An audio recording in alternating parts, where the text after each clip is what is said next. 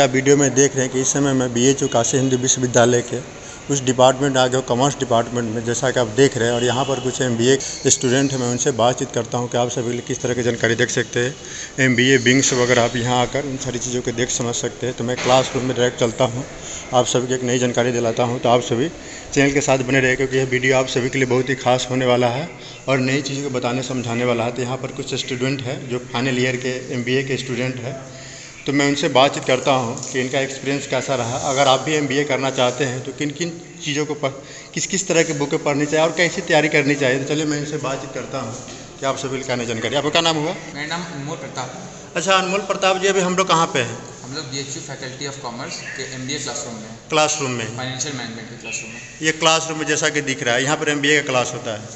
आपका एडमिशन कब हुआ था? जी पिछले साल जी सितंबर में। और ये आपका फाइनल ईयर है? जी सर। और MBA कर रहे हैं जी। अनमोल जी बताइए, जब आपने जो काशी हिंदू विश्वविद्यालय के कॉमर्स डिपार्टमेंट में MBA करने की बात सोची या मन में बात आई, तो आपने कैसे तैयारी की और किन किन चीज़ों पर आपने किन किन बुकों को पढ़ा और क्या क्या इसमें इसका स्ट्रेटजी है जिससे बच्चे तैयारी करें तो उनका भी एग्ज़ाम क्लियर हो जाए MBA के लिए BHU में? जी मैं साइंस बैकग्राउंड से हूँ। मैंने फिजिक्स केमिस्ट्री मैथ से 12th किया है and after that chemistry honours से मैंने ग्रेजुएशन किया है। तो कॉमर्स का मेरा स्टार्टिंग से लेन देन नहीं है, लेकिन ग्रेजुएशन करने के बाद मैंने SSC और डिफेंस की तैयारी की थी, जिसके लिए मैथ्स, साइंस, इंग्लिश, रीजनिंग पढ़ा था। तो BHU के MBA के एंट्रेंस एग्जाम में बेसिकली 4 पेपर होता है, मैथ्स, रीजनिंग एंड स्टैटिक्स और GS और इंग्लिश, ठीक है। तो इसी 4 पेपर का रेफरेंस जो मैंने तैयारी का था SSC और डिफेंस के रेफरेंस में, मैंने इसका एग्ज़ाम दिया और इसका एग्ज़ाम को क्रैकअप किया। अनमोल जी बताइए, अगर ये वीडियो को देखकर कोई बच्चे तैयारी कर रहे हो या तैयारी करने की उनके मन में बात आती है, तो वो किन किन टॉपिक पर ध्यान देना चाहिए, किस किस राइटर की बुक पढ़नी चाहिए जिससे उनका जो प्रिपरेशन है कंफर्म हो सके और उनका एडमिशन की तैयारी अच्छी हो सके? तो उसके लिए आपकी तरफ से कोई एडवाइस है तो बताइए। जी मैथ्स में जो SSC की सिलेबस है, ये बेसिक एंड एडवांस, उन दोनों की सिलेबस में से क्वेश्चन आती है, लेकिन क्वेश्चन का जो लेवल होता है वो मॉडरेट होता है, बहुत ज़्यादा हार्ड नहीं होता। अगर कोई जनरल तैयारी कर रहा है तो वो ईजिली मैथ्स का 30 सॉल्व कर सकता है। कितने अच्छा क्वेश्चन का जो स्टैंडर्ड जो रहता है उसका लेवल क्या रहता है? मैथ्स जी सारे क्वेश्चन का पेपर लेवल बहुत ज़्यादा हार्ड नहीं होता। अगर आप बेसिक तैयारी कर रहे हैं या आपको कोई भी SSC का प्री निकल रहा है तो आप आराम से हंसते खेलते इस एग्ज़ाम को निकाल सकते हैं, कोई दिक्कत नहीं होगी। अच्छा, ये बताइए कि MBA एंट्रेंस टेस्ट के लिए बच्चे स्टूडेंट जो एडमिशन लेना चाहते हैं उनको किस किस राइटर के बुक पढ़नी चाहिए, आप तो कोई रिकमेंडेड कर सकते हैं? जी मैं उतना तो नहीं जानता, लेकिन जो मैं तैयारी किया मैं वो बता सकता हूँ कि मैंने स्टार्टिंग 3 बुक बनाया था। सबसे पहले मैंने राकेश यादव मैथ्स की बुक बनाई थी, जिससे बेसिक मेरा काफ़ी क्लियर हो गया था। फिर मैंने आर्ट्स वाले मैथ्स की बुक सॉल्व किया था, और उसके बाद थोड़ा सा हाई लेवल के लिए जब मैं MBA की मतलब ये कैट के लिए तो मैं क्वांटम कैट बनाना शुरू किया था, कैट के बनाना मैं शुरू किया था। बट उस लेवल में इतना लेवल नहीं पता मैं कैट की मैं एग्ज़ाम कर पाया। बट इसमें क्वेश्चन का जो लेवल होता है वो काफ़ी मॉडरेट होता है, और कोई भी बंदा अगर अच्छा से पढ़ रहा है, बेसिक्स क्लियर उसका, तो वो ईजिली जो है वो चारों पार्ट कर सकता है। मतलब डेली आप मैथ्स के अगर 2 घंटा मैथ्स में दे रहे हैं, 1 घंटा इंग्लिश में दे रहे हैं, 1 घंटा रीजनिंग या 1 घंटा GS में डेली करंट अफेयर्स में दे रहे हैं, तो आपका अच्छा रैंक आप देवें, आपको हॉस्टल मिल सकता है अगर इस बेसिस पे चलें। ये बताइए, अगर कोई बच्चे अगर यहाँ से MBA करता है तो यहाँ से MBA करने का बेनिफिट क्या मिलेगा उनको? जी बेनिफिट अगर बात करें, अभी तो कोविड चल रहा है, ठीक है, तो थोड़ा सा दिक्कत है प्लेसमेंट में। लेकिन मैं अपनी बात करूँ तो हमारी फर्स्ट ईयर में ICICI बैंक से इंटर्नशिप आई थी, जिसको अगर आप नॉर्मल तैयारी कर रहे हैं उसका भी एग्ज़ाम होता है, उसका भी GDPI निकालना होता है। तो अगर आप वो निकाल रहे हैं तो उसका आप एक ICICI इंटर्नशिप, एक बैंक में अच्छी इंटर्नशिप मिल जाती है। इवन वो आपको सैलरी भी देती है, आप 1-1.5 महीने काम करोगे उसकी कुछ सैलरी भी उन्होंने मुझे दिया था, करीब 12-15 हज़ार रुपये उन्होंने मुझे सैलरी भी दिया था ICICI बैंक की तरफ से। और इसका ये फ़ायदा है कि मतलब जब एंड ऑफ द ईयर होगा तो अगर आप वहाँ पे अच्छा परफॉर्म करोगे तो प्री प्लेसमेंट का भी एक चांस बन जाता है इसमें। अच्छा बताइए, आपने जो है अनमोल जी, आपने जो यहाँ MBA में एडमिशन लिया और यहाँ जो एग्ज़ाम वगैरह होता है तो किस बेस पर होता है, सेमेस्टर या ईयरली बेस पर होता है? सेमेस्टर बेस पर, मतलब 1 साल 2 साल है, 2 साल का 4 सेमेस्टर। 4 सेमेस्टर। कितने पेपर होते हैं एक सेमेस्टर में? कभी 6 हुए, कभी 5 हुए, 6-5 सेमेस्टर वाइज डिवाइड करता है। अच्छा बताइए, कितने सीट वगैरह यहाँ होंगे MBA के? FM में मतलब MBA का 3 ट्रेड है, FM financial management, risk insurance और फॉरेन ट्रेड। तो FM में कुल मिलाकर 70 सीट होते हैं और बाकी रिस्क इंश्योरेंस और फॉरेन ट्रेड में 40 सीट। अच्छा, एक बात और यहाँ पे पेड सीट नहीं होता है, बाकी सारे फैकल्टी में पेड सीट भी होते हैं, बट यहाँ पे कोई पेड सीट नहीं होता है।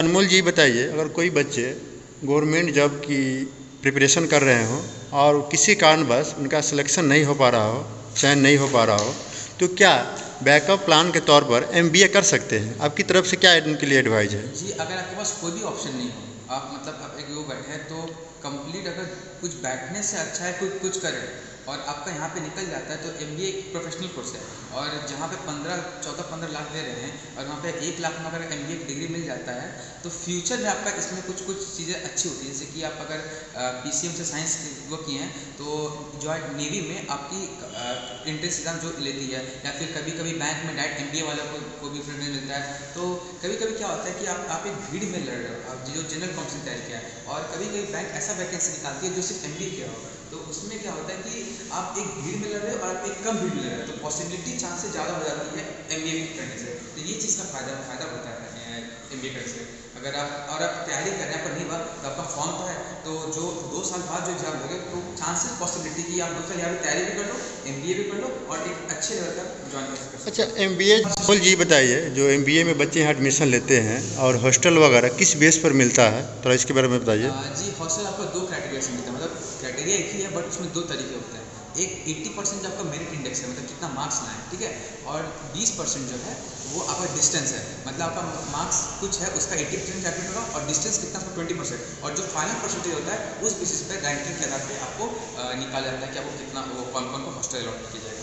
अच्छा, हॉस्टल का फ़ी वगैरह सब क्या है? हॉस्टल फी बहुत कम है, मतलब 3 से 4 हज़ार रुपये में आपका साल भर का हॉस्टल फीस है। बाकी मेस का चार्जेस वो अलग होता है, वो कैसे खाना खाते हैं क्या है वो आपके ऊपर नहीं है। अच्छा, MBA जो यहाँ MBA करने का जो फ़ी है क्या है इसका? MBA करने की 1 लाख है, दोनों साल की फीस है 1 लाख। किसकी कितने इंस्टॉलमेंट में आप यहाँ फ़ी जमा कर सकते हैं? पहले 4 इंस्टॉलमेंट होती थी, लेकिन जब कोविड के चलते अब वो 2 इंस्टॉलमेंट होती है, 53,000 का एक बार और 50,000 का 52,000 का 1 लाख लगता है जी। अनमोल जी बताइए कि यहाँ जो MBA के लिए जो एंट्रेंस टेस्ट यानी प्रवेश परीक्षा हो जो होती है, तो कितने स्टेज में क्लियर बच्चे करते हैं? जी, इसमें 3 स्टेज की एग्जाम होती है। सबसे पहले आपको रिटर्न देना होगा, रिटर्न निकालना होगा। तो जैसे रिजल्ट निकालोगे आपका रिजल्ट आएगा, उसमें मेरिट इंडेक्स रहेगा, आपका मार्क्स, आपका रैंक रहेगा, कैटेगरी रैंक है, जनरल रैंक है, और उस अकॉर्डिंग आपका सिलेक्शन किया जाएगा GDPI, ग्रुप डिस्कशन और पर्सनल इंटरव्यू। आप जब GD क्लियर कर लेते हो, तो उसके बाद फिर आप सेकंड स्टेज में इसके फिर आपका पर्सनल इंटरव्यू के लिए आपका नाम फाइल कर दिया जाता है। वहाँ क्लियर कर लेते हो तो फिर आपका जो फाइनल मेरिट इंडेक्स बनता है, उस अकॉर्डिंग आपका प्रेफरेंस के अकॉर्डिंग कितना मार्क्स मिला है, और प्रेफरेंस के अकॉर्डिंग कि आपको FM मिलेगा या फिर डिस्टेंस मिलेगा या फिर फॉरेन ट्रेड। अच्छा, ये जो आपने बोला इंटरव्यू वगैरह जो होता है, उसमें किस तरह के क्वेश्चन पूछे जाते हैं? जी, पर्सनली मैं अपनी बात करूँ तो बीइंग अ साइंस बैकग्राउंड, मुझे कॉमर्स सब कुछ नॉलेज नहीं था, तो मैं सीधा बोला कि आप कहाँ से किस डिपार्टमेंट से, मैं साइंस से, तो मेरे से बेसिकली साइंस की कुछ नहीं पूछी गई थी। बाकी लोग से जो कॉमर्स से पूछी गई थी, बट मुझे जो है बेसिकली साइंस से पूछा गया था और मेरा 72 में 72 मार्क्स आता है इंटरव्यू में। अच्छा, ये बताइए अनमोल जी, अगर कोई बच्चे अगर यहाँ से MBA करना चाहते हैं, तो उनके लिए आपकी तरफ से क्या एडवाइस है, वो कैसे तैयारी करें, बताइए थोड़ा। बस यही एडवाइस है कि आप जो जनरल तैयारी कर रहे हैं, मेनली SSC, क्योंकि SSC का पूरा सिलेबस आपके MBA इसलिए मिलता है। इवन यहाँ के 3 एग्जाम मेरे इसी सिलेबस में कॉमन है, एक MBA, एक मास कम्युनिकेशन और एक PMIR ह्यूमन रिसोर्स कोर्स। ये तीनों का जो एंट्रेंस एग्जाम है, ये 3 सेम सिलेबस है, और मैं जैसे मैं SSC की तैयारी करता तो मैं तीनों एग्जाम नहीं करता, बट मैंने प्रेफरेंस MBA को दिया। तो मेरी बस यही राय है कि आप अगर जनरल तैयारी कर रहे हैं SSC की और आप डेली करंट अफेयर्स पढ़ रहे हैं, थोड़ा न्यूज़ पढ़ रहे हैं, थोड़ा आप वोकैब्स कर रहे हैं, तो आपका हंसते से एग्जाम निकलेगा, और अगर अच्छा से कर रहे हैं तो आपको हॉस्टल भी करेंगे। अनमोल जी ने आपको बताया कि BHU कॉमर्स डिपार्टमेंट से अगर आप MBA करना चाहते हैं तो कैसे तैयारी करें, और यहाँ से करने की क्या क्या बेनिफिट है, एग्ज़ाम का स्टेजेस वगैरह क्या है, बुक वगैरह कैसी पढ़नी चाहिए, तो इसके विषय में आपको जानकारी मिली है। अगर आपके मन में किसी तरह के सवाल है तो जरूर हमें कमेंट कीजिएगा, मैं पूरी कोशिश करूँगा आपके सवालों का जवाब वीडियो के माध्यम से देने का। मैं पुनः मिलता हूँ एक नए वीडियो के साथ, तब तक के लिए जय हिंद, जय भारत।